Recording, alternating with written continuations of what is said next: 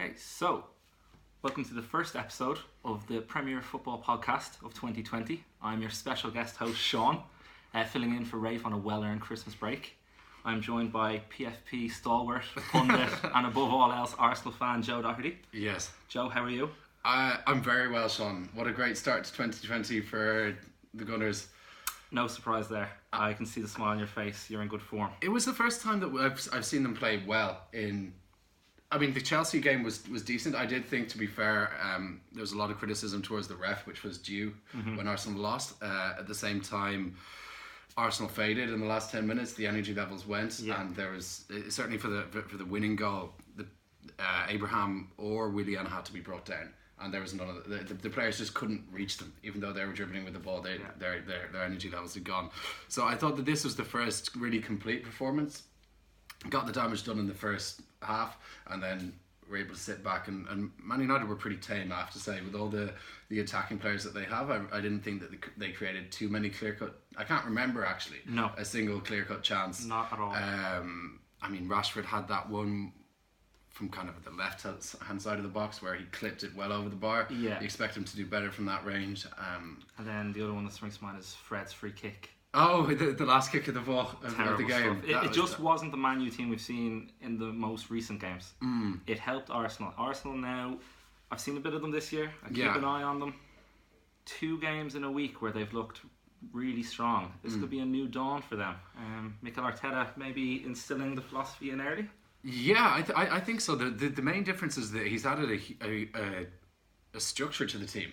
There have been some interesting graphs going around Twitter and kind of BBC and Sky and that, comparing where the players were positioned on average under Unai Emery, and it was very haphazard all over the place. Like Bellerin is the highest, the first player forward on average, while playing a back four, not even a wing back. Exactly. And then under Arteta, it's very much, there's a flat back four with the fullbacks pushing up. Then there's Xhaka and Torreira, and then there's almost a front four all together. Ozil is playing kind of right beside Lacazette, and Aubameyang is like the highest player forward on the left, kind of like Ronaldo was for Real Madrid. Salah from the right for Liverpool. Exactly, yeah. And then obviously Nelson in the last 2 games before the United game, and then Pepe in the last game on the right. So kind of a 4-2-4. Surprised me. Pepe. I have been calling him a fraud all year. Really? He has stood up. Last night I thought he was good. Now obviously maybe match fitness dropped off a bit, natural. But it was nice to see. What did you make from the post-match reaction of Luis and Socrates, their interview?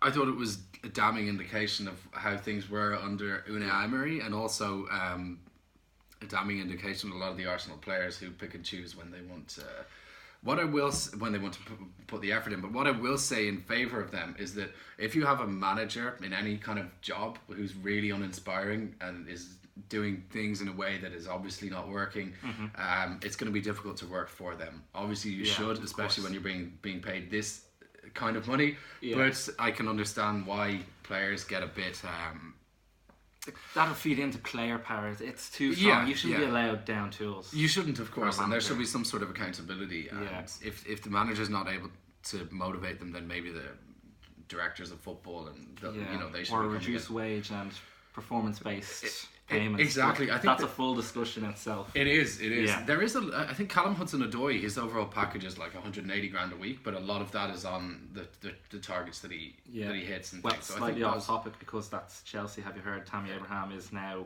stalling his contract because he wants a similar package? I have, and why not? Because obviously you can get it if you ask for it. He's their top scorer. Yeah, and if anyone deserves it, Hudson-Odoi didn't. Abraham certainly did. Absolutely, but this is off topic again. But time is not. But it's just from the manager point you were making there. It actually ties in for the game. Arsenal 2, Man United 0. Van Persie made a really interesting comment. Is Ole Gunnar Solskjaer too nice? Like, you can have a manager that doesn't motivate you. Yeah. Like, is he a winning manager? Are you going to want to go out and perform for him? Like that Man U performance. You would think none of the players wanted to. Yeah, I think he's just very happy to be there. Yeah. The fact that Van Persie, again, I'm not a fan, of course, considering his past, but he summed it up perfectly. He's like, why is he always smiling in his press conferences? And that's, I have no idea. Walking out, great game, brilliant. Now, a little pat for Mourinho's ahead after they beat that Spurs. was funny. That was funny. But Yeah. he's always smiling. Win, lose, draw after a game. Yeah. That's not going to help the fans or inspire the players. Absolutely not. He doesn't strike me as someone either who'll go into the changing room and flip a table. No. And I think that at half time of that game, that's exactly what the United players needed. A bit of the... And you'd think because he played under Fergie and Fergie was... The hairdryer. The infamous hairdryer. Exactly. You'd think he'd be able to whip out a few quotes from the late 1990s, early 2000s. But modern players probably don't care. Probably not, and they wouldn't react to that well. But at the same time, there's a way to, and I do think that he's too nice. If you can compare him with Arteta, who's clearly got a bond with the players, you can see after the match he's always coming on and he consoled them against Chelsea, and he was telling the players to all come into the centre circle to applaud the fans yesterday.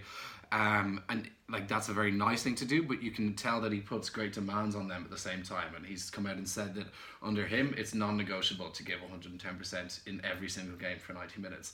I don't think that you could say the same for Solskjaer. I think that again he's just happy to be there, and he's almost going through the motions. For a man who's jumped from Cardiff relegated, Molde, the pinnacle of Scandinavian football, to the Man United hot seat. He's won the lottery, the managerial lottery. And the fact that he keeps on talking about next season, that they were always using this season to this project. They spent the most money over the summer. They spent £80 million on Harry Maguire, £55 million on Aaron Wan-Bissaka. Which I think is a good signing. I'd say they're both decent signings. Maguire, maybe they should have gone in for Soyuncu. Hindsight. Well, hindsight is a wonderful thing, but they always wanted Maguire. He was the one that they pinpointed. The English premium. And City wanted him. It's just that United, City don't really pay those very extortionate prices. Possibly one of those situations where your rival team goes in to up the premium. Like an Alexis Sanchez. Yeah. Man, there's another man who won the lottery. If you need to play the lotto, go to Manchester. Literally, yeah. I might sum up or wrap up Arsenal. Here's the topic. Aubameyang, the statement today, 100% committed. Yeah. Do you believe it? Yeah, I do, and I believe that Jack is committed as well. Are you happy about Jack being committed? To be honest, I don't care about being called a flip-flop. The way he's been playing since he's been reintroduced, I think that you can only go on current form. Yeah. Everyone deserves a clean slate under Arteta. Even Granit Xhaka. I would have written off players like Ainsley Maitland-Niles. I thought he was terrible under Emery. He's been brilliant these last few games. A new manager, the right manager, with proper tactics and proper man management can really make a difference to players. Yeah. So I don't see Aubameyang leaving in January. Not in January. Not a chance. Do you think he would be your captain at the start of next season? Realistically, no. I think that we'll probably have to cut our losses there, and I don't have a problem with him leaving. Then he'll have given 2.5 years if he wants to go. If a Real Madrid or Barcelona come in, how can we? And I think that's his end goal. He always had that promise with his granddad or something, playing in Spain one day. Yeah, absolutely. You might say it's come a bit late, but like he only kind of went to Dortmund at 24. He was playing for Saint-Etienne then, and like not really playing high intensity football. Against Newcastle, all those years ago. But like my point being, he started playing at a really high level fairly late in his career. So like Vardy, Vardy has another few years. Yeah, exactly. Not like Wayne Rooney. So I might wrap up Arsenal there. Sure. We'll move on from two current mid-table teams to our current reigning champions. Yeah, Man City. Against Everton, Ancelotti versus Pep Guardiola. Not something we were expecting to say probably only a few weeks ago. Yeah. What did you make of Everton's performance? I might start with them. I thought they were fairly spirited. Ancelotti's a very good manager. He seems to have come in and had an immediate effect. There were question marks about whether he could do it again in the Premier League.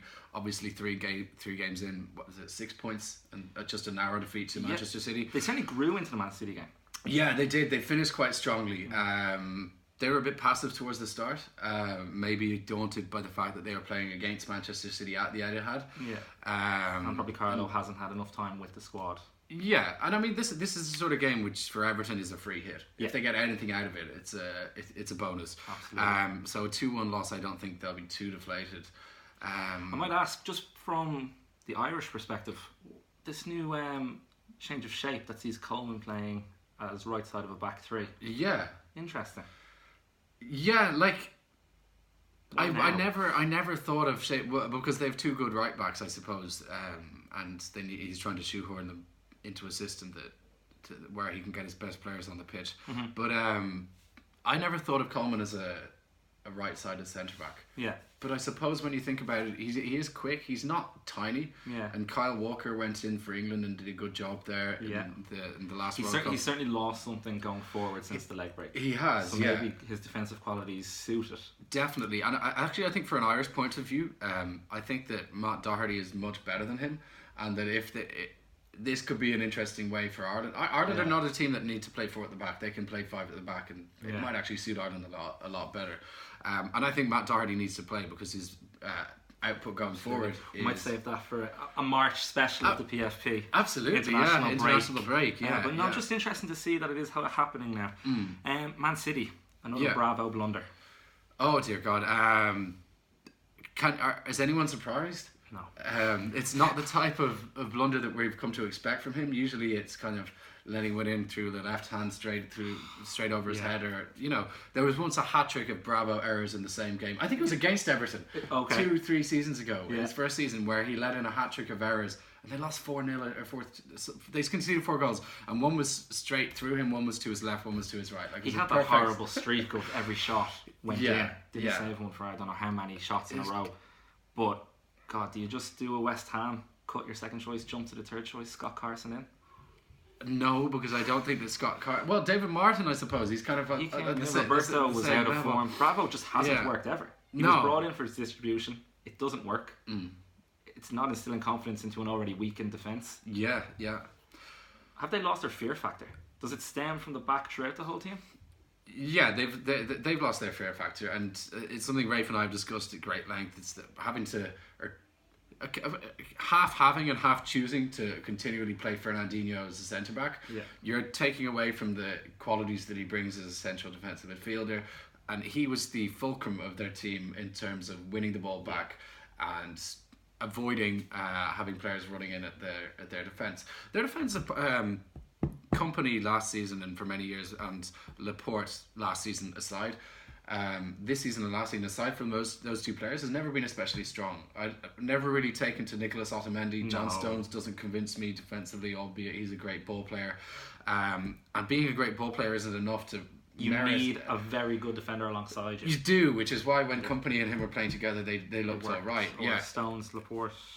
Exactly. But when you have Fernandinho and Stones, or Fernandinho and Otamendi, or Fernandinho and Rodri, as we've had at times this season, it's just not.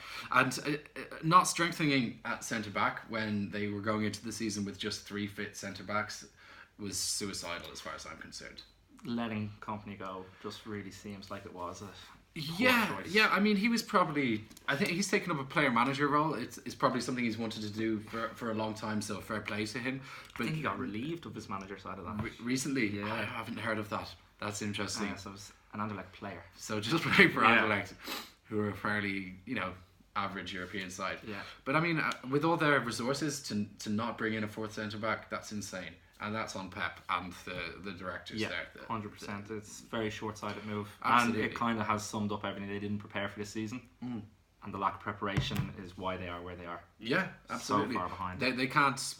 And to be honest, Premier League aside, they've always had their eye on that Champions League trophy. Yeah. I don't see them getting near that. Certainly with this Liverpool side. It'll be the focus for them this year. Of course, yeah. I don't see them getting it either. No, I just don't think that they're cut out. I don't think that they have the experience and you say what you like about winning the Premier League, it's a little bit different to win the European knockout football. Exactly. Yeah. It's different gravy, which is strange considering Spurs got to the final last year. Yeah. we'll leave that aside. Leicester and Newcastle. Premier League starlings, Leicester. Yeah. A great victory. A 3-0 win. I think it was over 70% of possession in the match. Christian Fuchs, the cult hero of Leicester, came in, played left wing, had a great game. Yeah. Madison with a fantastic goal. Absolute peach. They can't do anything wrong at the moment. No, and they're the darlings of English football for a reason as well. Brendan Rodgers is a very likeable manager when he's doing things well. Yeah. When he's not, he gets a bit narky, and that kind of over-arrogant side of him, his personality comes out. But he seems a lot more measured these days. And they just have... They're a bunch of very good footballers, aren't they? Yeah. There's no great taking young away from squad. Great character. For sure. Even the likes of Hamza Chowdhury scoring a fantastic goal at the end. But I think that Vardy, he's not played in the last 2 games, or at least he's not been He had the starting birth 11. of his child, and then this week he was apparently a calf injury. Right, but nevertheless, going away to a typically tough place to go. Say what you like about Newcastle. Yeah. St James's Park is never easy, and winning 3-0, never looking like conceding. Although Joe Linton had to do a lot better with the chance where Shelby put him through. He is I think he's probably the worst Brazilian technically that I've ever seen. Joe be up there. He would rival them. Alfonso Alves from Middlesbrough as well. Oh God, another shot. But he's very poor. He's up there. And how much did he cost them? £40 million? Something like that. He smashed their club record for him. Yeah. 30 to 40 million. I think it was 30 to 40 million pounds. I don't know if it's paid in all up front or whatever, but it's Now, just you mentioned Jonathan. I want to bring up another signing from the summer, Saint Maximin. Such an interesting player to watch. Yeah. Very direct. Yeah. No longer wearing his high-end headbands due to Mike Ashley saying it's Sports Direct or nothing. Yeah. But he's only got 1 goal and 1 assist this season, and that's not prolific. But he's been out for the last 5 games, and they have not won any of them. Before he left, they drew 2-2 with Man City. Yeah. They beat Sheffield United 2-0. Yeah. They beat Southampton. They've now gone 4 losses and 1 win in the last 5 without him. Yeah. Can a player be so important that even if he's not prolific, it just affects the whole team? Yeah, absolutely. And although he's been prolific this season for Wolves, more so than last season, Adama Traore, I would say, is the most obvious comparison. And players like that just put defenders on the back foot and make them uncomfortable, and that obviously has a knock-on effect on your team's attacking output. And so the other team are probably focusing on them. Exactly. Yeah, it opens up space for others. Jamie Vardy is very good at doing that while scoring many goals. He brings others into play just by defenses feeling obliged to drop 10 yards he's always back. on the last man. Exactly. Just players who are an absolute nuisance to play against. Sam Maxim. Sorry, go ahead. I was just going to say, just because without him, like the Newcastle season had looked like it was going so well, they're now in a relegation battle. Yeah, where are they? 13th? They've dropped down significantly. The teams around them this festive season has really closed the gap from mid-table to the lower teams.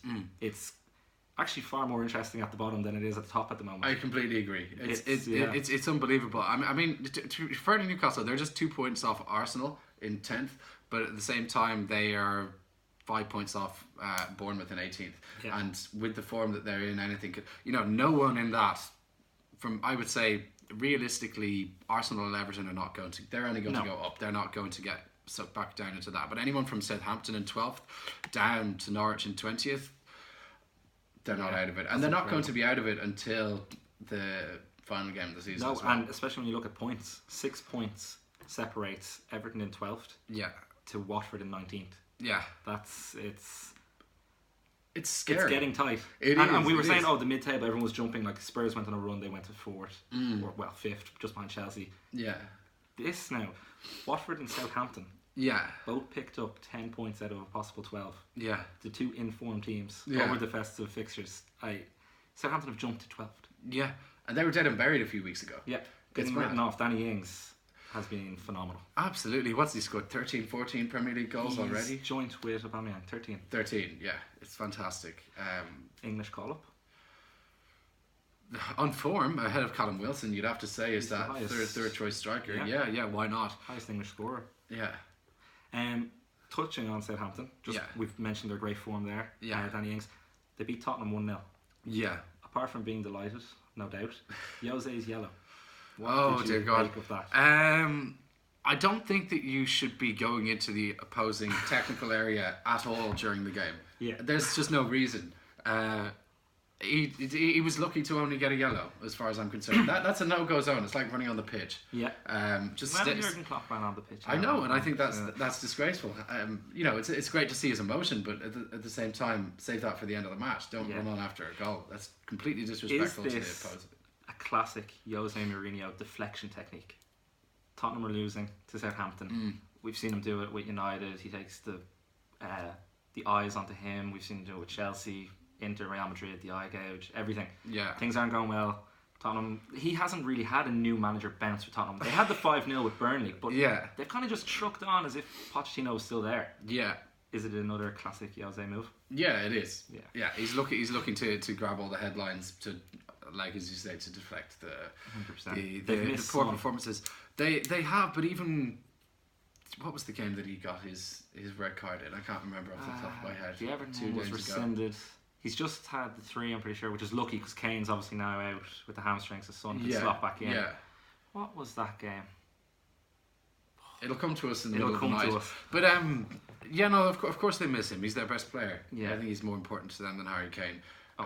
We saw that last season when Kane was out of the team. They actually looked better. Yeah. And although he started very strongly under Jose and he was scoring good few goals, certainly he scored 2 in that thrashing of Burnley.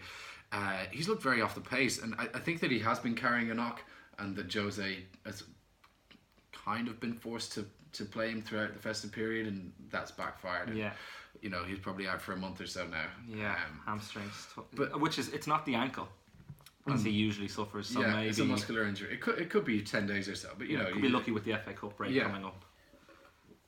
But on Spurs, I think they've been shocking their last 2 games, and that Burnley game aside, I think they've been pretty average since he walked in the door. Yeah, no new manager bounces, I was just saying. No, and you could say the same for Arteta. He didn't win his first 2 games. He picked up just 1 point from them, but you can see immediately a clear style of play and identity in Arsenal, and players running more and trying harder.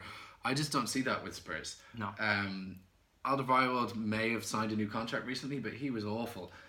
He got spun like Colin Hendry for facing up against Paul Gascoigne in Euro '96 by Danny Ings, who, don't get me wrong, he's as we just mentioned, he's a man in form. But I mean, he's hardly Lionel Messi, is he? No. He shouldn't be turning you inside out onto his weaker peg to lash it past the keeper.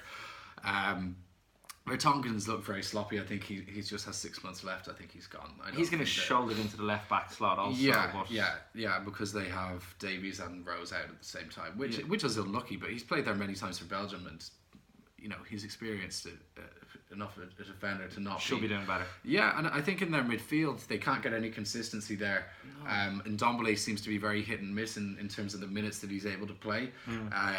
Jose does not play players like Harry Winks. I don't think that he's particularly good anyway, but he's a different option. He passes the ball around tidily enough. For the same reason, he doesn't rate Lo Celso. He doesn't play him, so he's kind of stuck with Sissoko and Eric Dyer. And Sissoko has grown to his own. Eric Dyer. It's not a great Premier League footballer. Maybe down at your. Who do you not want to insult? Maybe an Aston Villa or something. He was in the English squad so recently. He was. He was kind of vying with Jordan Henderson as the... Yeah. He's not a great footballer. He's not. He's limited. Yeah. But I think at the same time, although Sissoko has progressed well, them as a 2, it just doesn't work. It's high energy with Sissoko and great athleticism versus big, lumpy lad in the middle of the lethargic. Park. Exactly, yeah, with Eric Dyer. There's no... Like, for me, he should be looking to play the 2 summer signings in there, maybe with a Harry Winks in a midfield 3. I don't know, or Dele Alli, and have him as box to box. Exactly, third man running midfielder. It's not very inspiring. I don't think that I can't think of a typical Spurs style of play, like how the forwards try to move in the pitch. Kane keeps dropping deep. Yeah, and he's doing that more and more throughout his career, and he hasn't got the pace to get back up with a counter attack. No, not at all. So if he's dropping deep, it's Mora and whoever else is playing. If it's Son playing on the other side, it's just them. He certainly won't keep up with either of them. No, absolutely not. So if I was a Spurs fan, I would be a little concerned about that appointment, because they really put all their eggs in one basket, and I think that there's a great argument to be had for Daniel Levy doing it out of personal pride. The fact that Mourinho refused Spurs 10 years ago or so. Okay. Not kind of a safety move. Maybe Mourinho's a proven winner. He wins everywhere. Maybe Champions League was still obtainable. It still is obtainable. Top 4 is not out of the question. He could get them top 4. He should get them top 4. They've got a great squad. But he's not getting the best out of it. No, he's not. They haven't changed, like you've said. No, I would disagree. I don't think that they have a great squad. I think that in some areas they have a very good squad. I think going forward they're excellent. That those 4 players wouldn't struggle to get into many teams. They're top. The defense is. I don't rate their fullbacks at all. I think the fullback they're really, really weak. And like I said, Alvaro doesn't look the same player. So by the same token, I don't really rate their defense, and I don't rate their midfield. So going forward, they look decent. Yeah. But it's not enough, and it's not enough when Jose Mourinho is the manager, because he's not a great offensive coach. And you can say that you should just set your forwards up to do their own thing, but at the same time, there needs to be some sort of pattern of play and instruction. And he's someone who's kind of been left behind. He was great late noughties, early the decade we've just left. Amazing, yeah. Now you have to have this style of play at your club, whatever way you're going in, or else have the players to play Mourinho's defensive style, which they don't. Exactly. Yeah. I think we even see that at the bottom end of the table as well. Everyone is trying to play in this new high Norwich will not give up. Absolutely not. They have a style, and that is what they are going to do. Yeah, and they're going to get relegated because of it. But that's how people want to play. Yeah. It's just a strange one, because they're Spurs are say what you like about them. They're a fashionable club. They're a fashionable Great club, stadium. and to go fantastic stadium, and to go from Pochettino to Jose Mourinho is a bit. In 2019-20 is a bit of a sideways. Yeah, it's a step towards a decade, a time now gone. Yeah, a time of football that doesn't really exist. Like the number 10s, they're going out of fashion. Exactly. We actually just mentioned Norwich because they have that style of play. Might move on to Norwich Crystal Palace. They played out a 1-1 yesterday. Yeah. Norwich have one win in their last 16. Yeah. They have 3 wins all season. They are goners. I worry about them. They don't have the squad depth because they had so many injuries to begin with. Yeah. A lot of those have come back. Not all, a lot of them. It's still not working.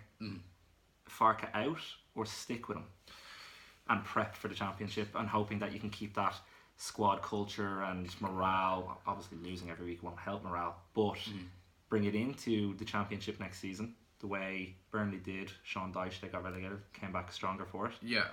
Or do you remove him and think Premier League money, let's give this a go at staying up, a la Fulham?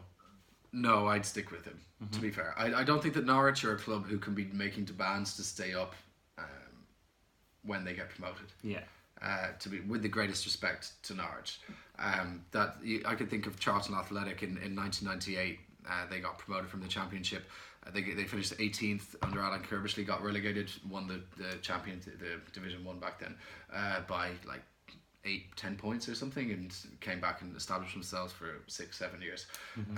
You mentioned Burnley under Sean Dyche as well.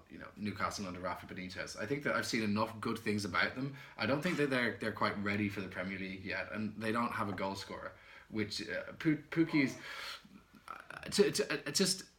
you obviously watched the game against Palace, at least the highlights. We both did. Norwich were honestly unbelievably good. How many chances did they miss though? And this is my thing with Norwich, that every week when I watch them, they have so many clear-cut chances, and they rarely score more than 1 goal. Yeah. So that as an Arsenal fan who's Pukki Cantwell chips in. He looks a great player. He does. English under 21. He looks very decent. Yeah, very decent attacking midfielder, and Pukki. They need more than that. Pukki party doesn't exist anymore. No. Of course, I think he scored. Is it against Arsenal? Of course it was. He scored one. The Man City game. That's one of their wins. 3-2 at Carrow Road. He did, no, but do you remember he had that purple patch at the start? Yeah. Where he scored maybe 5 in the first 6, 7, 8 games or so, and then he's only scored 1 or 2 since. I just never thought he could sustain that. He's never proven it everywhere else. Germany or Scotland with Celtic. Yeah, no, never. He's kind of been a 1 in 3, 1 in 4 striker. So I mean, he's decent. He's decent. He'll get the 10 goals in the league at least, but you need more than that. If your main striker's only getting 10 goals, you need more than that. So you're saying stick with Farke? Stick with Farke, get some better players, and hope it goes along the line of Burnley and Newcastle, not Huddersfield that we've just seen this year. Exactly. Okay. I think if they change the manager and try to play for a more to go towards a more steady style of play, I think that. I don't think they'd ever change their style of play. I think their signings and their manager are exactly what they're meant to be. Because there was a really interesting interview earlier in the season where the sporting director said, we have a culture, so all the appointments and signings are based off that. Yeah. So I think of my own club, the Swansea way. Yeah. That's finally coming back after our relegation. Our relegation has cleansed us to a degree. I think there's a Norwich way. Yeah. And they're going to go down sticking to their principles, which is respectable. Yeah. But it's going to prove not ideal. Yeah. Yeah. I think they'll be gone quite early. Yeah, no, I have to agree. I think they, looking at the table, they're the ones who could adrift already. Yeah. They don't have Watford, that experience. who I suppose we can move on to now. Yeah. They were behind them for so long. 10 points in the last 4 games we mentioned slightly earlier. They've beaten Wolves. Yeah. A Wolves team who rested the 3 key men for the Liverpool game, who are going for the 4th, if not a definite Europa League spot. They put in a shift, and they have done in these recent games. Yeah, they've really got a new manager bounce. That's the exact definition of a new manager bounce. To be fair to Nigel Pearson, he's done very well there, and I'm surprised because I didn't think that he pulled up trees at Leicester. The Great Escape was a nice way for him to kind of bow out. Yeah. Set up the title winning and all that. Yeah. But no, you're dead right. He never really inspired. No. So for them to come in and, you know, he's got De La Feu scoring goals. I think he scored 2 in the last 3, or if not one a game. Back from injury and got 2. He's got 2, yeah. And then and now one's a penalty, but still. Yeah. No, still, he's obviously crucial for them, and he needs to stay fit. And he's come out saying only good things about Pearson as a person, saying it's the first time he feels he's been treated like a person. Yeah. And I think the last 8 years, and obviously Watford go through so many managers. Yeah. He's got a long list of people that he's comparing him to. Yeah. So all the noise is positive. Would they look good to stay up, or do you think they'll run to the wire? I think Watford might stay up. Yeah. If we just have a quick look, we have Everton. We're saying are safe. So Southampton, Newcastle, Brighton, Burnley, West Ham, Villa, Bournemouth, Watford. Yeah. We can dismiss Norwich. That Watford squad and the West Ham squad, definitely the 2 best, surely. I would say so, yeah. Bournemouth squad hasn't improved. I know you and Rafe have touched on this before. They just stagnate each year, and I think you guys both said recently this could be a year they're in trouble. So that Watford and West Ham squad, they should be fine. It's from the rest, isn't it? Like we said before, anything can happen. And David Moyes doesn't. You know, he came in and they got a great win, which we'll talk about, of course. But he doesn't inspire. I do think they'll stay up because he did it the last time, but he doesn't inspire great confidence. But he comes in just because he wins, Joe. That's what he said. Well, that's what he said. I'd have to counter that and say that he has the worst win ratio of any West Ham manager to in the last 10 years, 15 years. I think it was worse than Avram Grant, who got relegated, 29%. So for him to come in and say that is a bit rich. I think for him to come in and that's say... one of those, you'll see it at the end of the season, egg on the face, this is what he said, and then... He's a meme, isn't he? So... He just keeps coming out with great internet content, and we love him for it, and it's great to have him back. But is it? That's the West Ham fans. Well, no, it's in the same way it's great to have Jose Mourinho back. They're both great in press conferences for different reasons. But no, to answer your question, yeah, they do. Do you know what? I quite like Aston Villa's squad. Okay. Jack Grealish, I think, is a phenomenal player, and he'll be gone in the summer, no matter whether they stay up or go down. He'll move on to a top 6. I'll be the first to admit I watched a lot of Championship last season because of Swansea. Yeah. And highlights of Aston Villa. I thought, yeah, he's great, but takes too long. The ball won't work in the Premier League. Even during the playoff wins in the final, I thought, no, he's really impressed me. Yeah. He is growing and growing constantly. Me too. He was linked with a move to Spurs summer of 2018, and I was thinking, oh, come on, please get it done. He's no way, he's not ready for that. Yeah. I don't think he was ready for that then. Probably wasn't. But he's really, like, my opinion of him was quite low. I remember him playing for Aston Villa against Arsenal in the FA Cup final in 2015 or sometime around then. He was very, very average. When he was still an Irish international. Yeah, when he was still an Irish international. But he's really grown as a player, and he's one of these talented guys. You could think of the likes of Ravel Morrison, people like that, young English talents who don't have it mentally. Clearly, as he's been made club captain of Aston Villa at the age of 22, 23, he has something about him, and he's surprised a lot of people, and he's a bit of a media darling, but why not? His goal was so good. I was going to just ask, do you think he is good as the big fish in a little pond, or do you think he will be ready to make a step up next summer to a big European chasing club, a la your Tottenham, as you've mentioned, Arsenal's and the rest? I think he can make the step up because of the way he plays. At Villa, they are always looking to give him the ball, which is like literally. That is the tactic. That's the Aston Villa way. That's the game plan. Yeah. I couldn't believe it when I watched the win against Burnley. But Villa were very good. Yeah, they were very good, and Burnley looked bad. I mean, it's just so close. We would be fools looking at the Premier League table to try and to predict 3 teams to go down and say that and put money on it. We would 2 be with fools. Norwich. 2 with Norwich. I think. Yeah. No, yeah. I agree. But we'd be fools to do that because it's all about form at the right time. Yeah. And I could look at that Burnley side playing against Villa losing 2-1 and think they were abject. Villa were so much better than them. Villa. I mean, we'll talk about VAR later maybe, but they were very unlucky not to win by more goals. Mm-hmm. It should have been at least 3-1. I thought that decision against Grealish for offside or against Wesley was it in the build-up was an absolute joke. Travesty. An absolute joke. And the fact that we have decisions like this being made every single week is a damning indication of the Premier League's refereeing standards. And the implementation of VAR has been tragically done. It's we will slightly talk about it more. Yeah. We might just refocus on Aston Villa Burnley just because what you're saying about form I think is a very important factor. Burnley have 2 wins in 8. Yeah. They have 5 of their 7 wins at home. Yeah. But their next 4 home games are Leicester, Arsenal, Bournemouth and then Spurs. So they're out of form. Yeah. And you don't know where that next win's going to come because home form is so important to them. Yeah. They could easily drop in soon. And by that stage you're coming into March and like you need to be out of the bottom 3 at this stage because those games come thick and fast. That's exactly it. I mean, we could look at the likes of Watford and Villa who are 19th and 17th respectively, West Ham in 16th, but you think that in the next few weeks they're going to go up. I don't know the fixture list off by heart. We just have the next game week in front of us here, but I would expect those 3 teams just mentioned to be progressing, and certainly the likes of Burnley, Bournemouth to be in and around that horrible drop zone. Yeah. But like we've said, March is the time where you really, really, really don't want to be in. You start feeling the pressure then. The end of the season is coming very soon. It's too late to make a change then. Yeah. With any effect, if you make a change then, you're planning for life in the Championship. Yeah. Effectively, I would love someone to come and tell me the changes that have happened in March and April that have resulted in a team staying up, because I'd say it's next. Yeah, be interesting. But Christ, it's interesting, and like you mentioned at the start of the program, far more interesting than what's happening at the top. Oh, every week there's point like.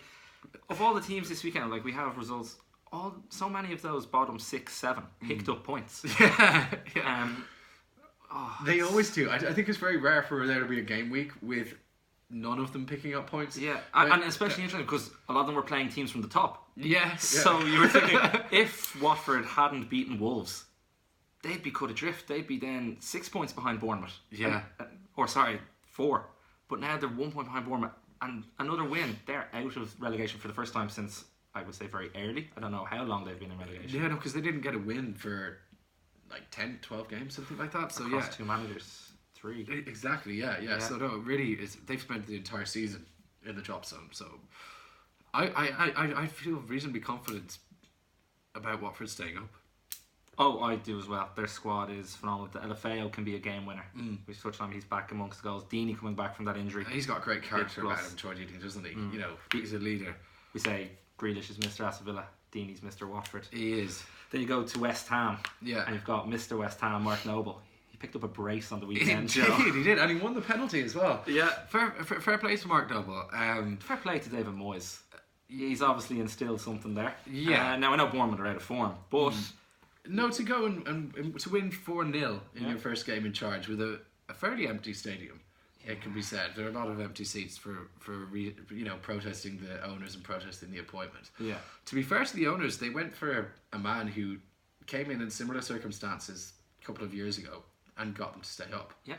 What's wrong with doing the same thing again? We've seen it with Chelsea go for Gus Hiddink on an interim basis. I know that Moyes has been given an 18-month contract. Do we see him staying beyond those 18 months? No.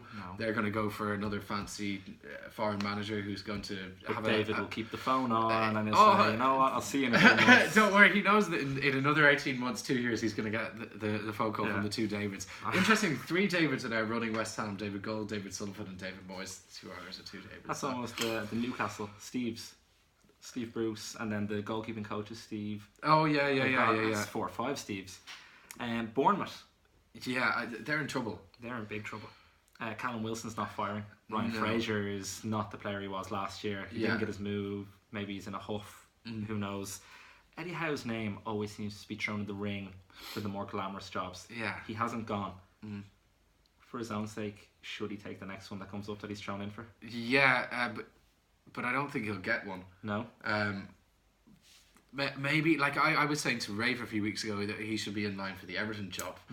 Clearly Ancelotti's a much better appointment. Yeah. You can't argue with that. I didn't think Everton were able to attract a manager like that. That's fantastic business.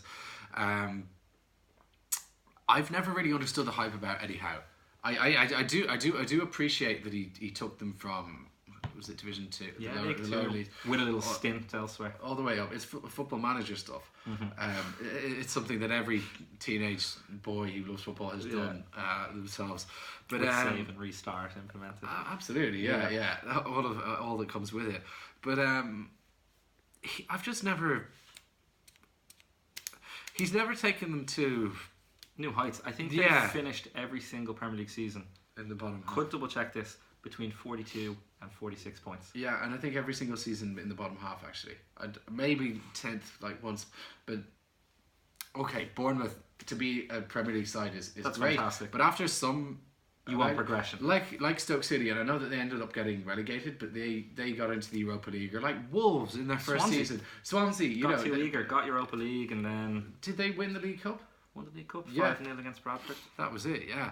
No, I think that you have to have some ambition. I think the fact that he's happy with that level of lower mid-table... You see, Brighton, they made the move. They weren't happy with this whole survival. They went off form. Yeah. Replaced Houghton with Potter. Yeah. Potter's come in. Is it much better? They are still down, mixing with the relegation, flirting away. Yeah. The football is nicer. Yeah. But at what point do you weigh up the size of your club to having that Premier League money? Should you be happy maintaining? Should Bournemouth let him go? Or should Eddie say, I need to go? Or do they just keep this marriage of convenience? I think that this marriage of convenience could end in tears in a relegation, and Eddie, to be honest, I think that he would resign rather than them sack him. I think that he's done too much. He feels to be, I've taken them as far as I could. Yeah, just tragically. Yeah, or he might think, but like, why would he try to take them back up again? He's already done that. Yeah. Like he should. I think he should have moved on in the last 2 seasons. And again, I just don't see any ambition in him. His name was thrown into the Arsenal ring. It's disgrace. You would not have been happy with that. No. A man who's had that many years Premier League experience. Arteta has been a coach for how long? But you can see the difference in... I'm wearing a turtleneck sweater today because of Mikel Arteta. I'm joking. He got that from Pep, so he's in good hands. Yeah, no, clearly Arteta has something about him. The fact that people like... The fact that Pep Guardiola rang up... As soon as Arteta retired, he was offered assistant manager at Spurs, assistant manager at City, or head of youth at Arsenal. Why would a player who's literally just retired, the age of 33, I think, not especially old, he has done his badges, but he's clearly had something about him that... Yeah, he has that these are three. Brand. I think Arsene Wenger, Pep Guardiola, Mauricio Pochettino. Of course, Arsene Wenger not the same towards the end, but I mean, those are 3 of the most respected coaches in the game, so clearly he's got something about him, and I think you can see that he kind of oozes personality on the sideline. And I thought he was very like Pep Guardiola in his interview last night. Yeah, he was. Oh, thank you so much. We played so well. these were the stock Pep answers. Yeah. I would say far more likable than Pep. I think he's going to be a media darling, and this will help Arsenal's image in the press a lot, because they have a terrible image in the press. They're the first club. One thing I thought he did better than Pep, especially, was about the fans. And like Pep will say, "Oh yeah, the stadium, blah blah blah," but obviously the Emirates has had its trouble with getting attendances. him saying how it helps the boys. It's a stock answer, but the way he delivered it after such a win, that'll resonate with the fans. I'm sure AFTV was exciting. I only watch when they lose, but no, I only watch when they win, or when there's something. I will watch a really funny clip when, like, if I see a DT meme going around, I'll watch that. But everyone is buzzing at Arsenal for Arteta. He's got for his first managerial job to come into Arsenal in the shit state that they were in, and to get them playing in a way that we've not seen for years. And to get the fans and the players on board at the same time is extraordinary. Yeah. And I don't think Eddie Howe would have been capable of doing any of that. Okay. We've gone full circle back to Arsenal there, so I was prepared for that to happen, but let's bring it back to the football that has happened. Yeah. We'll go across London to Chelsea. A 1-1 draw with Brighton. Yeah. Chelsea, another team we've just mentioned, like festive fixtures, the form, bottom compared to top. Chelsea only have 2 wins in the last 5. Yeah. 2 losses. It's not top 4 form, Joe. No, it's not. It's allowed that gap to close. You can see like a Man United, a Spurs, Wolves, Arsenal now, possibly. Well, it's still only 9 points or so. Yeah, there's 17 games to play, and there's 9 points. It'll be a tough ask for Arsenal to make the top 4, but never say never. Chelsea meet Arsenal soon. I think in 2-3 weeks. Chelsea's next 5 games. Or 6 games. Burnley, Newcastle. Yeah. Then it's Arsenal, Leicester, Man U and Tottenham. That's a tough 4 games. That's a tough 4 games. I think they'd be lucky to get 9 points out of those 6. Where would you even see it? Probably Burnley, Newcastle. I think they beat Man United. Okay. 4-0 at Old Trafford. And then did them in the FA or League Cup. In the 2 strong teams. You're right. I think that Frank will surely have to learn from his mistakes. Yeah. But what I did like about Lampard against Arsenal, I thought that they were very lucky to win. That neither here nor there. I don't want to show any bias, any more bias than I already am. I thought that Lampard showed good tactical acumen in the Arsenal game to make a tactical change after 34 minutes. And I thought that he was brave to put on, I can't remember his name, was it Lout, the young right back? Oh, I can't remember, but I know for flooding the midfield with Jorginho also. Yeah, he was very good. But then they lose the momentum by drawing with Brighton. You can't follow up a win at the Emirates. Say what you like about Arsenal, but not... I can't remember the last time Chelsea won there. Long time. It probably just got them at the right time. Yeah. And had only fresh in and things hadn't happened. Frank Lampard can't get consistency at the moment. No. I don't think... it was a wonder goal by Aliweza Jahanbakhsh. 2-2. But yeah, after a very slow start. Yeah. Over the first 18 months of his Brighton career. But Chelsea can't get any consistency. I don't like their defence. I think their defence is pretty poor. Rudiger and then pick from the rest. He's chopping and changing, and fullbacks. Azpilicueta gets shoehorned in wherever. Then you've got Tomori, Kurtzuma, who's had relegations and uninspiring seasons, and then another centre back. No, that's it. That's it, isn't it? Christensen. Christensen, he's yeah, injured also. I think it was a mistake to let David Luiz go. Really? Yes. Based on one man of the match performance last night. David Luiz was one of Chelsea's first choice centre backs last season. He was brilliant in the Europa League final against Arsenal. He marshalled the defence. We have very conflicting views on David Luiz. I'm sure that we do. Yeah. No, Chelsea don't convince me. They're favourites for the top 4 because they have a 5-point lead. There. Yeah, exactly. But and they're going to strengthen in January, big time. Yeah. I don't hear them. I don't hear noises about them strengthening in the right areas. No. It's talk of Werner and Sancho, things like Zaha. that. They don't need this. Pulisic, Hudson-Odoi, Mount goes left wing sometimes. Yeah. Pedro hasn't got to kick a ball. No, Williams, a good footballer. Yeah, Williams been brilliant. Good. Yeah, he has. He's taken on that number 10 jersey with pride, to be fair to him. Yeah. He surprised me. And Tammy Abraham is one of the top scorers in the league. If they were to sign Werner and bench Abraham, I think that would be uncalled for and unnecessary. It's a backwards move.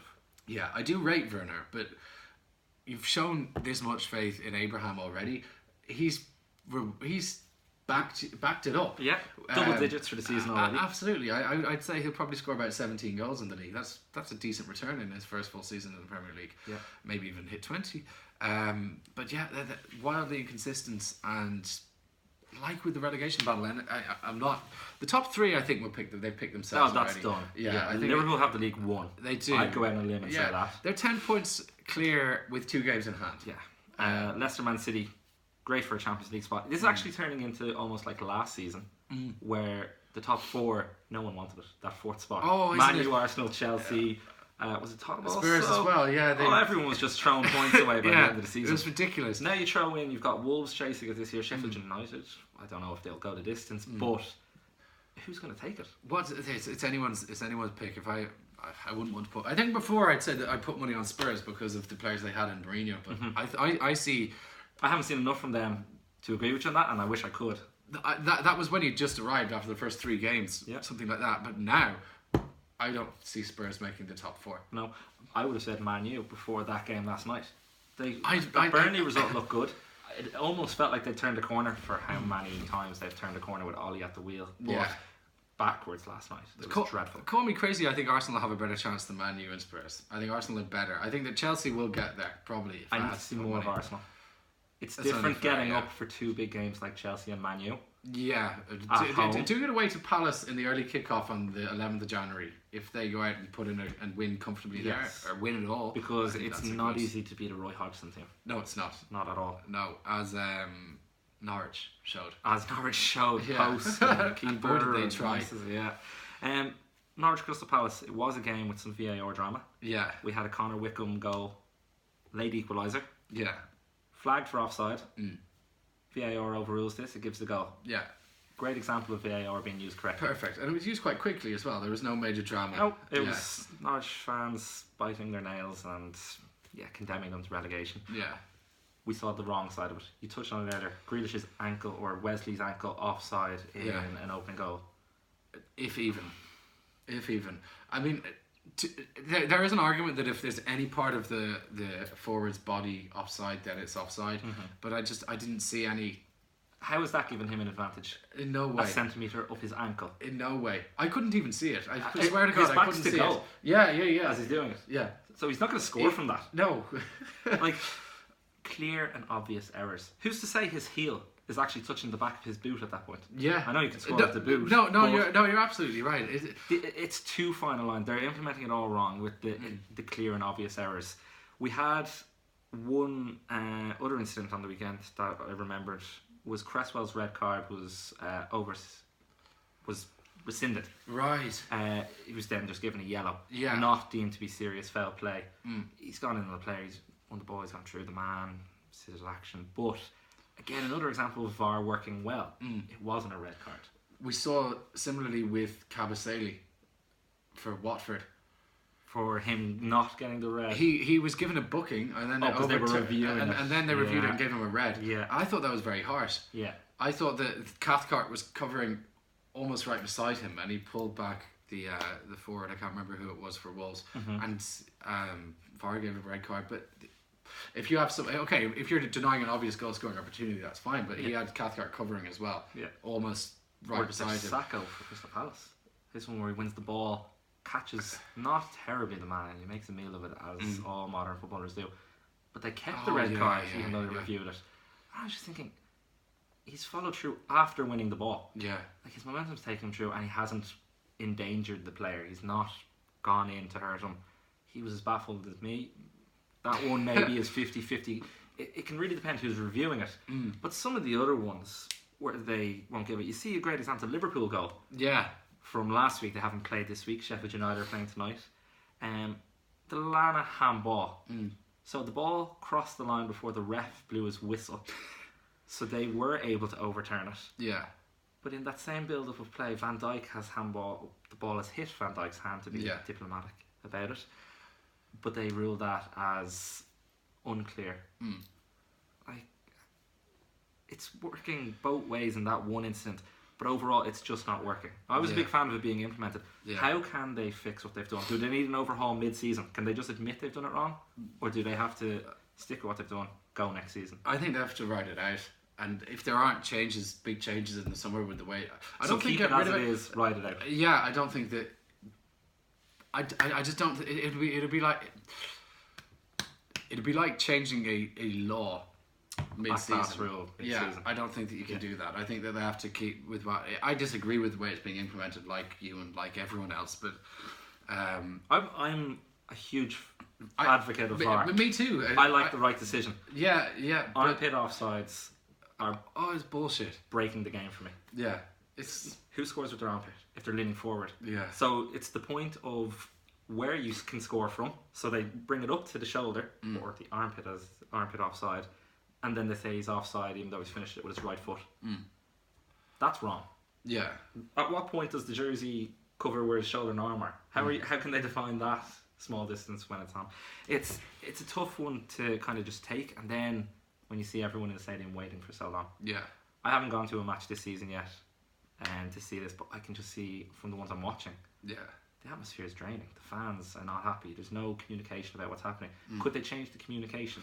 Yeah, I think they have to show everything on the screen. Yeah, it's only fair. Like they do that in cricket. Yeah.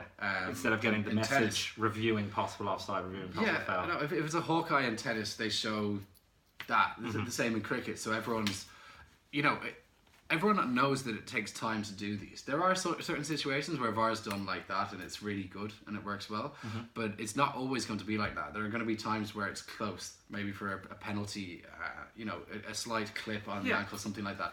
But they, for the sake of the fans, these people paying thousands and thousands of pounds a year to go to support their team home and away, it's their right to be able to see what's going on the screen, because it keeps them enthralled as well. Yeah, it's...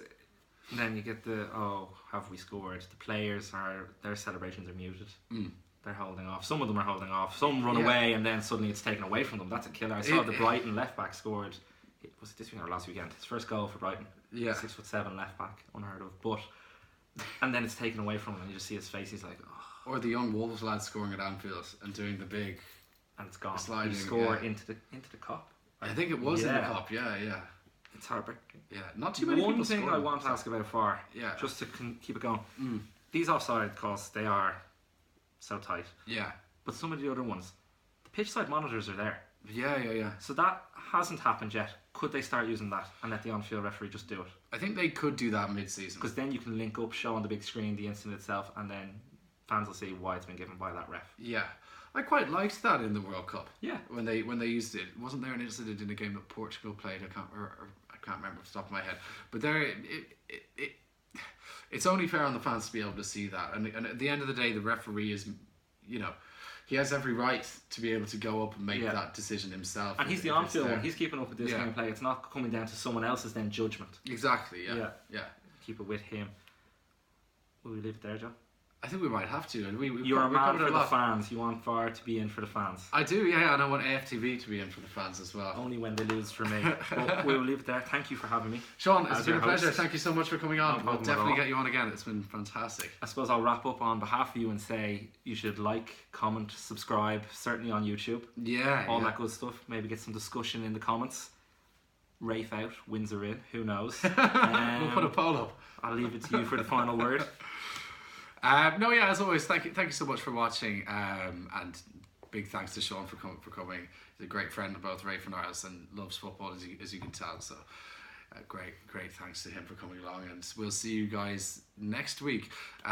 Rafe will be back. Yeah. But we're going to be getting more people on the show, and definitely have Sean back on again. It's something we want to do, not just to have the same two voices week in, week out, because we're very opinionated, Rafe and I, and we have our views, and people can get tired of that, I'm sure. No, I enjoy some Arsenal discussion now and again. Some. Yeah. Some. Guys, thanks very much. See you.